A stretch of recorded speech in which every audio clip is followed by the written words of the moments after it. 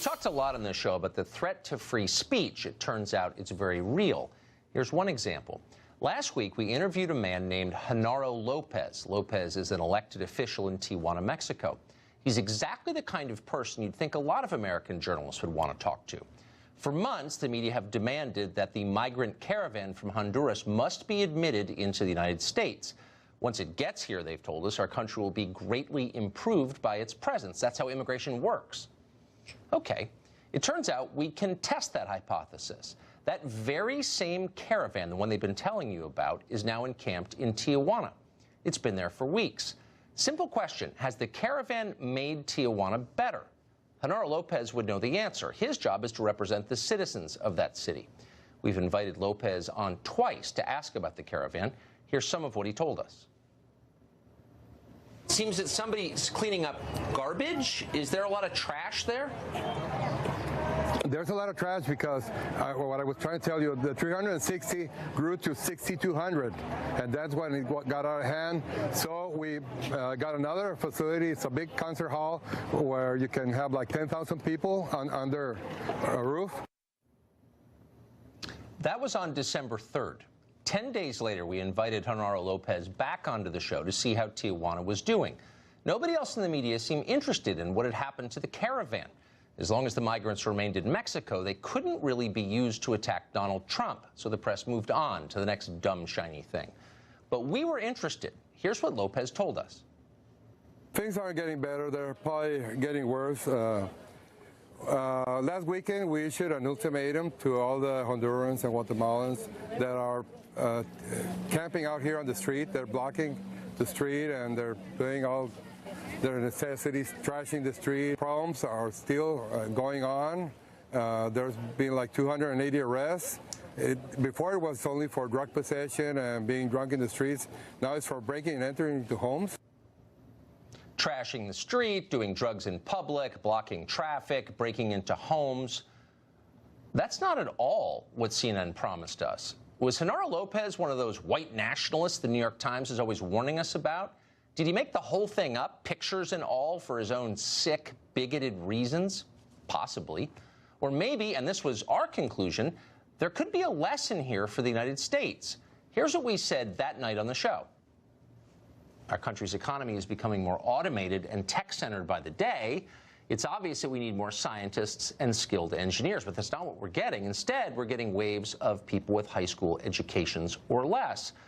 Nice people, no one doubts that, but as an economic matter, this is insane. It's indefensible, so nobody even tries to defend it. Instead, our leaders demand that you shut up and accept this. We have a moral obligation to admit the world's poor, they tell us, even if it makes our own country poorer and dirtier and more divided.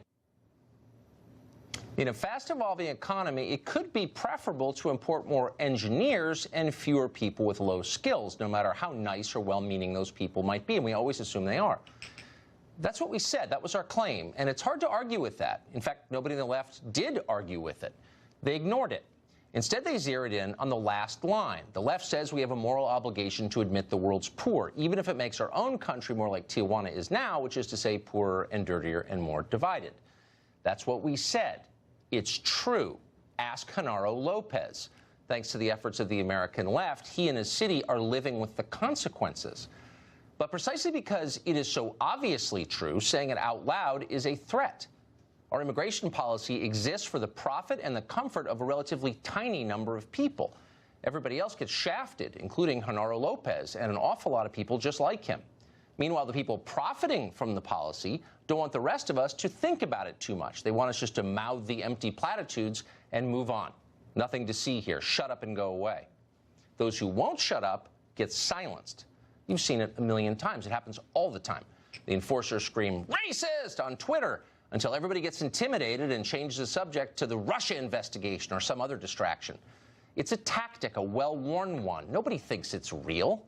And it won't work with this show. We're not intimidated. We plan to try to say what's true until the last day. And the truth is, unregulated mass immigration has badly hurt this country's natural landscape. Take a trip to our southwestern deserts if you don't believe it.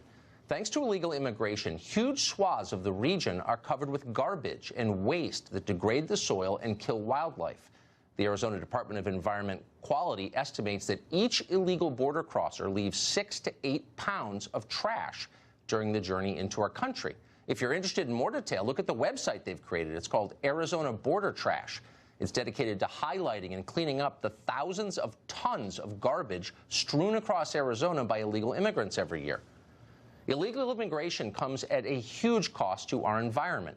The Government Accountability Office, GAO, put it this way, quote, illegal border activity on federal lands not only threatens people, but endangered species and the land itself. Illegal aliens and smugglers have destroyed cactus and other sensitive vegetation that can take decades to recover, including habitat for endangered species. One land management official described another federal property on Arizona's border as so unsafe and with resources so destroyed that it is now primarily used for illegal activities and no longer visited by the general public, end quote.